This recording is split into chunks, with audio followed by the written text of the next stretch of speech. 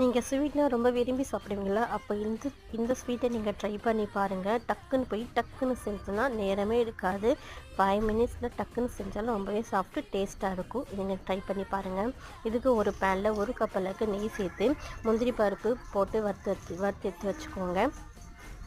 வறுத்து எடுத்து வச்சா அதே நெய்யிலேயே 1 கப் அளவுக்கு கோதுமை மாவு எடுத்து வச்சுருக்கேன். அதையும் போட்டு நல்லா பொன்னிறமாக ஆகிற அளவுக்கு ஃப்ரை பண்ணி எடுத்துக்கோங்க. இது கூட 2 டீஸ்பூன் அளவுக்கு நீங்கள் ஆயில் சேர்த்திங்கன்னா நெய் போட வேண்டிய அவசியம் அவ்வளோ வராது.